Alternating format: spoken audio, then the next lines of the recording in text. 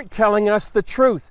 That's what people in Europe have been saying after they found out their governments and news media have been covering up the actions of some of the immigrants in their countries.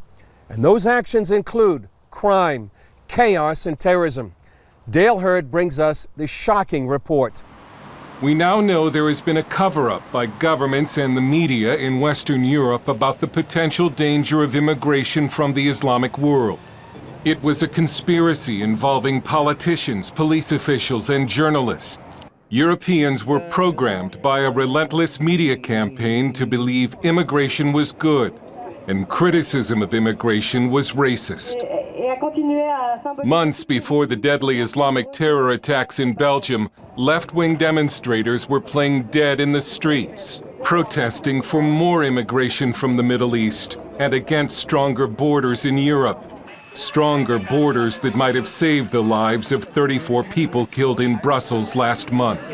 No more walls in Europe. The left's mantra has been no walls, no borders.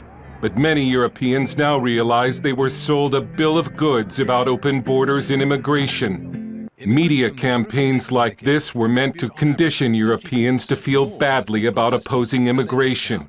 But one thing Vincent has always had a problem with is foreigners, especially the new lot. All these Ivankas, Elenas, Bogdans, or Pedro, Joaos, social benefits abusers, stealing honest people's jobs for peanuts as a wage, stealing people's lives, wives, even their cats. Voices who warned about the threat from open immigration were either branded racist or simply ignored. This Belgian Jewish leader warned CBN News a year and a half ago that the Belgian government was too soft on Muslim extremists and more attacks were coming. You know, we say, I don't know if I will say it right in English, but if you want to eat with the devil, you need a very long fork. I don't know if we say it in English. I think that there is no fork long enough to eat with Islamism. And the multicultural charade has crumbled. In Germany, when the city of Cologne was caught trying to cover up massive New Year's sex attacks. In Sweden, where the public learned that the police and the media covered up large-scale sexual assaults at a summer music festival in Stockholm last year. And in Brussels, which became a home to some of the most dangerous terrorists in Europe. In cities across Western Europe, women are now afraid to walk alone at night on the street. Muslims make up almost half of Belgium's prison population. Jews everywhere live in fear. This didn't just happen, but in many cases the information about it was suppressed. Sweden has been notorious for censoring the problems of immigration. Newspapers obscured the faces and changed the skin tone of crime suspects with immigrant backgrounds, but showed their faces if they were white native Swedes. The Swedish police even had a special code when handling immigrant crime, 291. Swedish policy analyst Tino Sanandaji. Code 291, and this is, now in every Swedish newspaper is reporting this. The police were told to cover up any crime relating to the refugees. Do not tell the media, do not leave a paper trail. So, and apparently we're finding out now that there were hundreds of violent crimes. Some Swedes have become so frustrated with the censorship that they go to social media to get the truth out themselves. Hey, welcome to Sweden. This is the #1 rape capital of Europe. A lot of Swedes are angry. They realize they've been lied to. And some are wondering, what else are the government and media hiding from us? You have a lot of problems that were never reported until literally days ago. But they decided it was against their ideological agenda. They covered it up.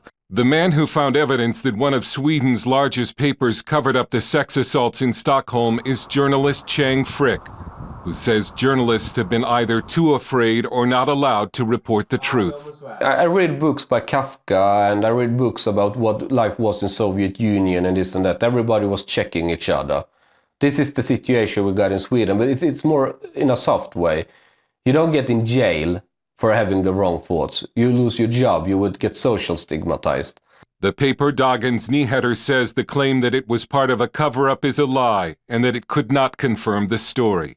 Ingrid Carlquist, a distinguished fellow at the Gatestone Institute, has been warning Swedes for years that they were being misled about immigration. Now she feels vindication. I've been trying to tell the Swedish people, this for 5 years or something. And everybody said, no, it couldn't be like that. Politicians don't lie like that. They lie about little things. They don't lie about big things. Journalists, they are honest. They couldn't lie about this. No. Now everything has exploded. And there is not a person, there is not a living person in this country who can go on doing like this. Because now it's out there. Swedish immigration policy has now changed. It was forced to because it faced a system-wide collapse. But if you think the European left has learned its lesson about the danger of open borders, you would be wrong. After the Brussels attack, there were several articles essentially blaming terrorism on racism and calling for continued open borders. There are, of course, refugees who need help, but Europe's misplaced generosity has brought war to its doorstep, and some believe that politicians, police officials, and journalists now have blood on their hands. Dale Hurd, CBN News, reporting from Brussels and Stockholm.